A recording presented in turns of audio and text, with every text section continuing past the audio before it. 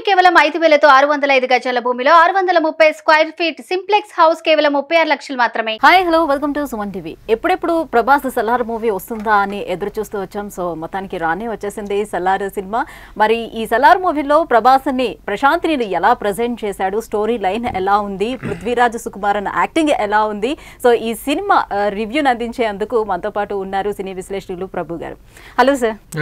Sir cinema చూసి వచ్చేసారు. మొత్తానికి చాలా యాంగ్జైటీ తోటి ఇప్పటి వరకు ఎదురు చూసాం. సలార్ మూవీ ఏ రకంగా ఉండబోతుంది మీరు కూడా చూసి వచ్చిన చాలా ఉత్సాహంగా కనిపిస్తున్నారు మీరు చూసి వచ్చాక. సో మొత్తానికి సినిమా ఎలా ఉంది సార్, ఎలా ప్రజెంట్ చేశాడు ప్రభాస్ని, ప్రశాంత్ని? ఏ ఎక్స్పెక్టేషన్స్ అయితే సినిమా మీద ఎక్స్పెక్టేషన్స్ దాదాపు 90% సక్సెస్ అయ్యేలాగా ఉంది సినిమా. ఎందుకంటే ఇంతకుముందు సినిమాలు డిసప్పాయింట్ చేసి మొత్తం అందరూ వెయిటింగ్లో ఉన్నటువంటి పరిస్థితుల్లో ఒక రాధేశ్యామ్ కావచ్చు, ఒక ఆదిపురుషు కావచ్చు, అంతకుముందు వచ్చిన సాహో కావచ్చు, ఈ సినిమాలో ఆశించిన స్థాయిలో సక్సెస్ కాలేదనేటువంటి అసంతృప్తి ఏదైతే ప్రభాస్ ఫ్యాన్స్లో ఉందో ఆ అసంతృప్తిని మొత్తాన్ని సాటిస్ఫై వైపప్ చేసేటువంటి ఒక యాక్షన్ ఫిలిం, ప్రభాస్ లాంటి ఒక కటౌట్, ప్రభాస్ లాంటి ఒక ఫిగర్, ప్రభాస్ లాంటి ఒక gigantic hero, stardom, pan India star దగ్గర నుంచి ఎలాంటి సినిమాని, ఎలాంటి యాక్షన్ కంటెంట్ని అయితే ఎక్స్పెక్ట్ చేస్తున్నారో ఆ యాక్షన్ కంటెంట్ పుష్కలంగా ఉన్నటువంటి సినిమా సలార్. బయట పబ్లిక్ టాక్ కూడా బాగానే వినిపిస్తుంది. ఐ మీన్ ఛత్రపతి అండ్ బాహుబలిని మించిన రేంజ్లోనే ఇందులో ప్రజెంట్ చేశారు, అలా చూపించారు. హీరో ఎలివేషన్ అనేటువంటిది, నిజంగా హీరో ఎలివేషన్ అనేటువంటి దాన్ని ఇప్పుడు Prashanth Neel is very popular. ఈ మధ్యకాలంలో హీరోలు అందరూ, డైరెక్టర్స్ అందరూ కూడాను హీరో ఎలివేషన్ మీద కాన్సన్ట్రేషన్ విపరీతంగా చేస్తున్నారు. హీరోని ఎలివేట్ చేస్తేనే స్టార్ సినిమా అనేటువంటిది నిలబడుతుంది. స్టార్ ఎలివేషన్ అనేటువంటిదే మెయిన్ ఇదిగా పెట్టుకున్నారు. దానికి తగ్గట్టుగానే మిగతా పాత్రలు, మిగతా కథా వస్తువు మొత్తాన్ని కూడా దానికి తగ్గట్టుగా అల్లుకుంటున్నారు అనమాట. కాబట్టి ఆ పాయింట్ ఆఫ్ వ్యూలో he is presented very well. తనకు ఏదైతే ఒక మాస్ అప్పీల్ ఉందో, ఆ మాస్ ఎక్స్పెక్టేషన్స్ ఏదైతే ఉన్నాయో ఆ ఎక్స్పెక్టేషన్స్ తగ్గ రీతిలో క్యారెక్టర్ డిజైనింగ్ అనేటువంటిది జరిగింది. ఓవరాల్ కథ ఎలా ఉండనేటువంటిది very different point. Prabhas point of వ్యూలో how the hero is elevated, how the hero is presented అనేటువంటి పాయింట్ ఆఫ్ వ్యూలో మాత్రం ఫుల్ సాటిస్ఫాక్షన్. సో మరి స్టోరీ లైన్ ఎలా ఉంది మీకు? ఫస్ట్ హాఫ్ నచ్చిందా, సెకండ్ హాఫ్ నచ్చిందా, రెండు నచ్చాయా? ఫస్ట్ హాఫ్ చాలా స్పీడ్గా వెళ్ళింది. ఫస్ట్ హాఫ్లో ఏంటంటే హీరో ఇంట్రడక్షన్ అనేటువంటిది ఫస్ట్ చైల్డ్హుడ్ ఎపిసోడ్ చూపిస్తారు. చైల్డ్హుడ్లో హీరో, ఆ పృథ్వీరాజ్ క్యారెక్టర్ ఇద్దరు, దేవా అండ్ వరదరాజు మన్నార్. హీరో ప్రభాస్ పేరు దేవ, వరదరాజు మన్నార్ మరొక యంగ్ బాయ్. వాళ్ళిద్దరి మధ్య స్నేహం, అతని మీద ఏగవాన్నా కూడా తట్టుకోలేనటువంటి అద్భుతమైనటువంటి స్నేహం వాళ్ళిద్దరి మధ్య కెమిస్ట్రీని, ఆ ఫ్రెండ్షిప్ కెమిస్ట్రీని చాలా బాగా రిజిస్టర్ చేశారు. తర్వాత అనుకోకుండా వీళ్ళ మదర్ ఇతన్ని దూరంగా తీసుకెళ్ళిపోతుంది. ఈ వైలెన్స్కి వీటికి దూరంగా ఉండి ఎక్కడో ఒక రిమోట్ ఏరియాలో పెంచడం కోసం ఎక్కడో అస్సాం లాంటి ఏరియాకి తీసుకెళ్ళిపోతుంది అనమాట. ఒక ఓల్డ్ మైన్ ఏరియాకి తీసుకెళ్ళిపోతుంది. ఇక అక్కడి నుంచి ఫ్లాష్ బ్యాక్ కట్ అయిపోయింది. తర్వాత ఆఫ్టర్ 15 years స్టోరీ ఓపెన్ చేస్తే ఆ 15 years తర్వాత ప్రభాస్ని ఎప్పుడు ఎలా రివీల్ చేశాడు అనేటువంటిది వెరీ ఇంట్రెస్టింగ్, చాలా అవైటింగ్ అనమాట. ఈ ప్రభాస్ని హీరోగా ఈ క్యారెక్టర్ని, ఈ దేవా క్యారెక్టర్ని ఈ ఇంట్రడ్యూస్ చేయడానికి, దేవా క్యారెక్టర్లో ప్రభాస్ని ఇంట్రడ్యూస్ చేయడానికి చైల్డ్హుడ్ ఎపిసోడ్ తర్వాత ఇంట్రడ్యూస్ చేయడం కోసం అవైటింగ్ థియేటర్ మొత్తం. ఆ ఇదిలో దీంట్లో మధ్యలో ఒక ఇంటర్వ్యూలో ఒక ఎపిసోడ్ ఒకటి ఉంటుంది. హీరోయిన్ ఆద్య అంటే ఏమై శృతి హాసన్ ఫారెన్ నుంచి వస్తుంది. ఆ అమ్మాయి ఇక్కడ ల్యాండ్ అవ్వగానే ఆ అమ్మాయిని చంపడం కోసం గ్యాంగ్స్ బయలుదేరుతాయి. ఆ అమ్మాయిని చాలా సీక్రెట్గా తీసుకొచ్చేసి ఒక ప్లేస్లో అట్టి పెట్టాలి. ఆ తీసుకొచ్చే ప్లేసు ప్రభాస్ మదరు. వీళ్ళు చాలా అజ్ఞాతవాసం లాంటి ప్లేస్లో ఉంటారు. ఒక చిన్న దీంట్లో ఇతనేదో ఒక మెకానిక్గా పనిచేస్తూ ఉంటుంటాడు. ఈవిడ స్కూల్ టీచర్గా ఒక స్కూల్ రన్ చేస్తూ ఉంటుంది అక్కడ. ఆ ఊర్లో పిల్లలందరూ అల్లరి చిల్లరగా తిరుగుతుంటే వాళ్ళందరినీ అదిరించి పేరెంట్స్ని కూడా తిట్టి మరీ ఒక స్కూల్ రన్ చేస్తూ ఉంటుంది. అలాంటి ప్లేస్లో తీసుకొచ్చేసి ఈ అమ్మాయిని హైడ్ చేస్తారు. హైడ్ చేసిన తర్వాత ఇది విలన్స్కి తెలిసిపోతుంది, అవతల గ్యాంగ్కి తెలిసిపోయినప్పుడు ఈ అమ్మాయిని భయంకరంగా లాకెళ్ళిపోతున్న టైంలో అప్పుడు మదరు అప్పటిదాకా అసలు నోరు ఎత్తనివ్వదు దేవా క్యారెక్టర్ని.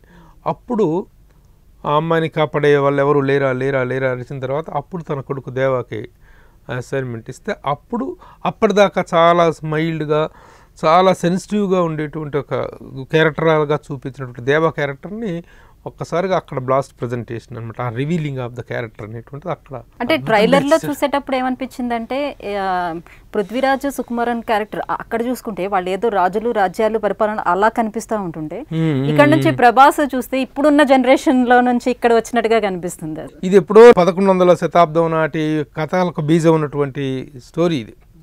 1100వ శతాబ్దం నాటిది అనమాట. అక్కడి నుంచి ఖాన్సార్ అనేటువంటి ఒక సామ్రాజ్యం, వాళ్ళు ఆ డిసెండెంట్స్ అంతా వచ్చేసి ఈ వరదరాజు మన్నార్ అనేటువంటి క్యారెక్టర్, అంటే పృథ్వీరాజ్ చేసినటువంటి క్యారెక్టర్, ఆ దానికి సంబంధించినటువంటి ఆ కుటుంబానికి సంబంధించినటువంటి ఆ రాజ కుటుంబానికి సంబంధించినటువంటి వ్యక్తి. అందులో అతని ఫాదరు జగపతి బాబు ఆ క్యారెక్టర్ చేసిందనమాట.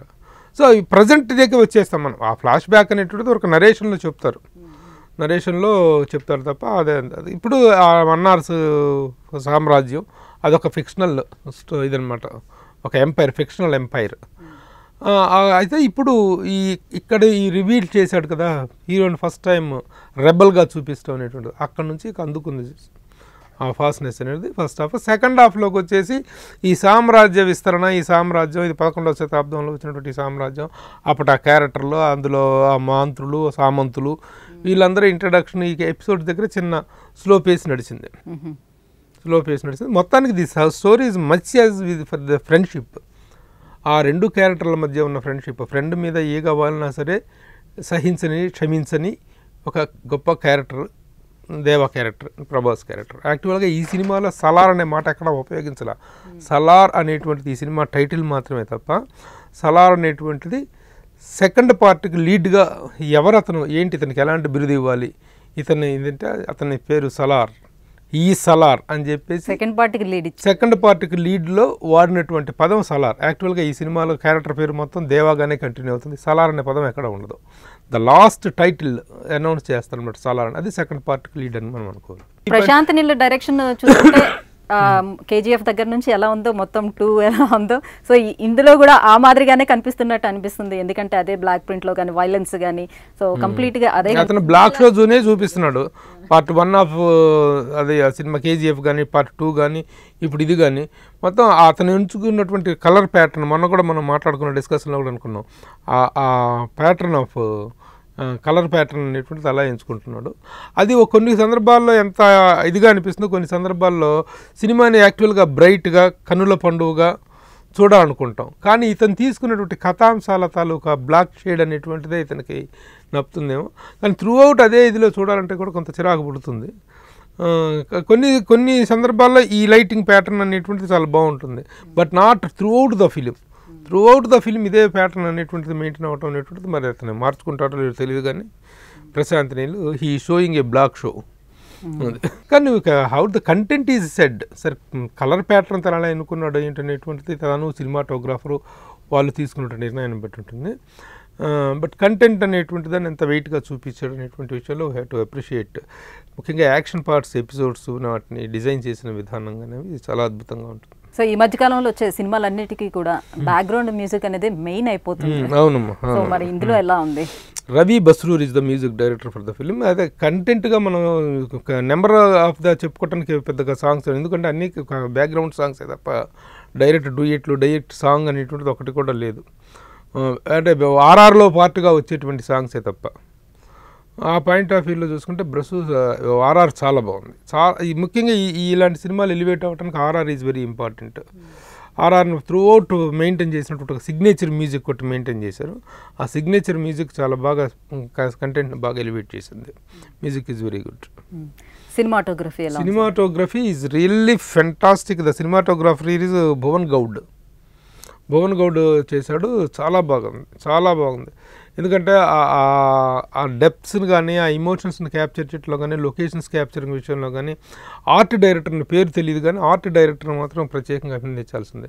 ముఖ్యంగా ఆ ఖాన్సార్ అనేటువంటి ఆ సామ్రాజ్యం, ఆ ఎంపైర్ గురించి చేసినప్పుడు ఆ లొకేషన్ మొత్తం కూడా ఇన్సైడ్ సెట్టింగ్ అది చాలా బాగా డిజైన్ చేశాడు అతను. మిగతా నటీనటులందరూ ఏ రకంగా మిగతా అందరి పర్ఫార్మెన్స్లే. యాక్చువల్గా మనం ఎప్పుడు కూడాను ఆర్టిస్టుల్ని పల్లెత్తు మాట అనడానికి లేదు. ఆర్టిస్ట్ అనేటి వాళ్ళు మైన ముద్ద లాంటి వాళ్ళు. మనకు ఎలాంటి షేప్ కావాలంటే ఆ షేప్లోకి వస్తారు. ఒక మట్టి ముద్దను తీసుకుని నాయకుడి బొమ్మ చేయొచ్చు, పులి బొమ్మ చేయొచ్చు, సింహ బొమ్మ చేయొచ్చు, కోతి బొమ్మ చేయొచ్చు. అలాంటి వాళ్ళు ఆర్టిస్టులు. అలాంటి ఆర్టిస్టులు ప్రతి ఒక్కళ్ళు కూడా అద్భుతంగా చేశారు. చేయడానికి ఎంత పర్ఫార్మెన్స్కి అవకాశం ఉన్న క్యారెక్టర్లు వాళ్ళకి దొరికినాయి అనేటువంటిదే మనం అనుకోవాలి తప్ప, అనేటువంటిదే మనం జడ్జ్ చేయాలి తప్ప. అది ఉన్నంతవరకు ప్రతి ఆర్టిస్టు చాలా బాగా. అయితే ఎక్కువగా అన్నోన్ ఫేసెస్ ఎక్కువ ఉన్నాయి. పృథ్వీరాజు ఆఫ్ కోర్స్ మనకు తెలుగులో కూడా బాగా పాపులరే కాబట్టి అతను మలయాళం నటుడు పృథ్వీరాజు, తను బాగా చేశాడు. తర్వాత వచ్చేసి శృతి హాసన్ది మంచి ఇన్వాల్వింగ్ క్యారెక్టర్, ఈ స్టోరీలో ఇన్వాల్వ్ అయ్యే క్యారెక్టర్, స్టోరీ నరేషన్ అనేటువంటిది ఆవిడ మీద నడుస్తుంటుంది. ఇక జగతి బాబు షార్ట్ క్యారెక్టర్ అయినప్పటికీ కూడా తను చాలా బాగా చేశారు. తనకి 2 డిఫరెంట్ టైం పీరియడ్ క్యారెక్టర్స్ ఉంటాయి. యంగ్ గెటప్ ఉంటుంది, ఓల్డ్ గెటప్ ఉంటుంది జగతి బాబు. మిగతా అందరూ కూడాను చాలా బాగా చేశారు. ఈశ్వరీబాయి ఇక మదర్ క్యారెక్టర్లో ఆఫ్ కోర్స్ షీ ఎక్సెల్డ్. మెయిన్గా కనిపిస్తుంది వీళ్ళిద్దరి క్యారెక్టర్లు plus Eshwari Bai character, mother character, కొంత జగతి బాబు క్యారెక్టర్, ఇవి మిగతా అవన్నీ కూడా ఇక అన్నోన్ ఫేసెస్. తను ఎక్కడెక్కడ నుంచి తీసుకొచ్చి ఆ ఫేస్ని పెడతారో కానీ బట్ దే డిడ్ వెల్. కానీ చాలా క్రూయల్గా ఉన్నారు చాలా క్యారెక్టర్లు, చాలా క్రూయల్గా. ఆ మొహాలను చూస్తుంటేనే బాబోయ్ ఏమిటి క్రూయాలిటీ, ఏమిటి బ్రొటాలిటీ, సీన్స్లో చూస్తుంటే మాత్రం ఆ బ్రొటాలిటీ అనేటువంటిది మాత్రం ఎక్కువైపోతుంది. సో మొత్తానికి సినిమా అంతా చూసిన తర్వాత ఈ సినిమాకి ప్లస్ పాయింట్స్ ఏంటి, మైనస్ పాయింట్స్ ఏంటి? ప్లస్ పాయింట్స్ అంటే వాళ్ళనేదో ఫ్యాన్స్ని సాటిస్ఫై చేయటం కోసం, ప్రభాస్ని సాటిస్ఫై చేయటం కోసం చెప్పడం కాదు, కానీ రియల్లీ ద అవైటెడ్ మన ప్రభాస్ కోసం ఈ వస్తున్నటువంటి దీంట్లో ఇప్పుడు ప్రభాస్కి ఈ బ్యాడ్లీ ఈ నీడ్ ఆఫ్ ఎనీ హిట్, ఒక మంచి సక్సెస్ తనకు పడాల్సిన అవసరం ఉంది. ఆ సక్సెస్ని ఇచ్చినటువంటి సినిమాగా చెప్పుకోవచ్చు. Prabhas is the first highlight. Next of course ఇక క్యారెక్టర్స్గా చూసుకుంటే Prithviraj also did a good job. మిగతా అన్ని technical aspects, making, Hombale films వల్ల మేకింగ్ వాల్యూస్ అనేటువంటి హైలైట్ పాయింట్గా చెప్పుకోవచ్చు. హీరో ఎలివేషన్ అనేటువంటిది ఒక హైలైట్ పాయింట్గా చెప్పుకోవచ్చు. These are the highlight points. ఇక మైనస్ పాయింట్లు అంటే అడిగితే స్లో పేస్ ఉంది కొంత సెకండ్ హాఫ్లో, కొంత కన్ఫ్యూజన్ కూడా ఉంది. సెకండ్ హాఫ్లో కొంత కన్ఫ్యూజన్ కూడా ఉంది. ఆ రెండోసారి చూస్తే కానీ అర్థం అవ్వదేమో అసలు ఈ పాత్రలు ఏంటి, ఈ పాత్ర మధ్య రిలేషన్స్ ఏంటి, ఈ రాజు ఎవడు, వాడెవడు, వాడికి వీడికి సంబంధం ఏంటి, ఎవడి మీద ఎవడు కుట్ర చేస్తున్నాడు, ఎవడి మీద ఎవడు చేస్తున్నాడు. ఇంకోటి కూడా అంటే ఏ సీన్ కూడా స్టడీగా తీయట్లేదు ఈ మధ్య డైరెక్టర్లు. అంతా హాఫ్ ఏ ఓపెనింగ్స్, హాఫ్ ఏ నరేషన్ తోటి క్యారెక్టర్ల మధ్య ఒక కన్ఫ్యూజన్ క్రియేట్ చేస్తున్నారు. ఆ కన్ఫ్యూజన్ దీంట్లో సెకండ్ హాఫ్లో కొంచెం ఎక్కువగా ఉంది. అది చిన్న మైనస్గా చెప్పుకోవాలి. ఓవరాల్గా it is a comprehensively an action thriller, అరాచక అద్భుతం. అరాచక అద్భుతం బొమ్మ బ్లాక్ బస్టర్ అంటారేమో అని అనుకున్న అరాచక అద్భుతం బాగుంది ఇది. సినిమాలో ఆ ఫైట్స్ కానీ, ఆ వ్యక్తులు కానీ, ఆ గెటప్లు కానీ, ఆ హింస కానీ, ఆ వైలెన్స్ ఇవన్నీ చూస్తుంటే ఇదొక అరాచకం కనిపిస్తుంది. కానీ అరాచకంలో కూడా తీసిన విధానంలో అద్భుతం కనిపిస్తుంది. అరాచకాన్ని కూడా ఇంత అద్భుతంగా తీయచ్చు అని ఇంత ఇదిగా అనిపించింది. సో మొత్తానికి ఒక బ్లాక్ బస్టర్ హిట్ కోసం ఎదురు చూసినటువంటి ప్రభాస్ ఫ్యాన్స్ పాయింట్ ఆఫ్ వ్యూలో ప్రభాస్ ఫ్యాన్స్ కి మాత్రం it is a full feast అమ్మా. ఒక సాలిడ్ హిట్ అయితే దొరికింది. జనరల్ ఆడియన్స్, ఫ్యామిలీ ఆడియన్స్ ఎంతవరకు దీన్ని ఎంజాయ్ చేస్తారనేటువంటిది we have to wait and see. ఫ్యాన్స్కి మాత్రం it is a full feast. ఇంకో ఈ మధ్యకాలంలో ప్రేక్షకులు చాలా విపరీతంగా, ప్రేక్షకులను కూడా మనం చాలా అభినందించాల్సిన అవసరం ఉంది. ప్రేక్షకులు కూడా విపరీతమైన హింసని, విపరీతమైన సెక్స్ని, విపరీతమైన ద్వంద్వార్థాలని, విపరీతమైనటువంటి విపరీత ధోరణుల్ని ఇష్టపడుతున్నారు. కాబట్టి ఇలాంటి సినిమాలు కూడా చక్కగా విజయవంతమయ్యే అవకాశం ఉంది. ఆ సెక్షన్ కూడా వస్తే ఫ్యాన్స్ వాళ్ళు ఎట్లాగా ఎంజాయ్ చేస్తారు. ఈ ఫ్యామిలీ ఆడియన్స్ కూడా అందుకు ఈ నిరూపణగా ఈ మధ్యకాలంలో కొన్ని సినిమాలు వచ్చినాయి. యానిమల్ లాంటి సినిమా ప్రపంచవ్యాప్తంగా దాదాపు 1000 కోట్ల మార్కెట్ టచ్ చేయబోతుంది. అలాంటి అదొక అరాచకమైనటువంటి ఎక్సలెన్స్ అనమాట. అలాంటి సినిమాలు బాగా ఆడుతున్నాయి. ప్రేక్షకులు కూడా ఈ వైలెన్స్ని, ఎందుకంటే సినిమాకి ఆ వైలెన్స్ తాలూకు రేంజ్ అనేటువంటిది పెరుగుతుంది. ఏ సర్టిఫికెట్ ఇచ్చారు తన సినిమాకి అని చెప్పేసి తను బాధపడ్డాడు ప్రశాంత్ నీల్. యాక్చువల్గా ఏ సర్టిఫికెట్ అనేటువంటి దేనికి ఇస్తారంటే ఈ అబ్సీనిటీ గ్రౌండ్స్ మీద ఎక్కువగా ఇస్తారు A certificate. Obscenity, vulgarity, double meaning dialogues వీటి మీద ఇస్తారు. యాక్షన్స్ మీద యూఏ ఇస్తారు. యాక్చువల్గా యూఏ ఇవ్వచ్చు కానీ ఓన్లీ ఏ సర్టిఫికెట్ మాత్రమే ఇచ్చారనేటువంటిది అతను చాలా ఫీల్ అయినటువంటి విషయం. అంటే when the violence also goes to the maximum ఎక్స్ట్రీమ్కి వెళ్ళిపోయినప్పుడు వాళ్ళు ఆ కన్సిడరేషన్ చేసి ఉంటారు. అది మరి ఆ వైలెన్స్ పాయింట్ ఆఫ్ వ్యూలో చూసుకుంటే యానిమల్లో ఉన్నంత వైలెన్స్ అదొక బ్రూటల్ వైలెన్స్. కొంతమంది థియేటర్ నుంచి బయటకు వచ్చి వామిటింగ్ చేసుకుంది. నా కళ్ళెదురుగా నేను చూసా ఆ యానిమల్లో క్లైమాక్స్ సీన్ చూసి. బాత్రూమ్ లెక్కలో పాప కింద పడి వామిటింగ్ చేసుకుందమ్మా. ఏంటని చెప్పి అందరూ కంగారు ఇప్పుడు గుమికుడు అడిగితే ఏంటి సార్ అది, ఏంటండి అట్లా అదే ఆ పొడుచుకోవటం ఏంటారు, రక్తం ఏంటండి అని చెప్పి ఆ అమ్మాయి ఇదొకటం నేను కల్లారా చూశాను సిటీ సెంటర్లో థియేటర్లో. సో ఇంకా violence is also being adorable content అయింది కాబట్టి మన ప్రేక్షకులకి సినిమాలు సక్సెస్ అవుతాయని ఆశిస్తున్నాం, అనుకుంటున్నాం. Okay, thank you so much sir. So సల్లార్పై మీ రివ్యూని తెలియజేసినందుకు థ్యాంక్ యూ. ఓకే.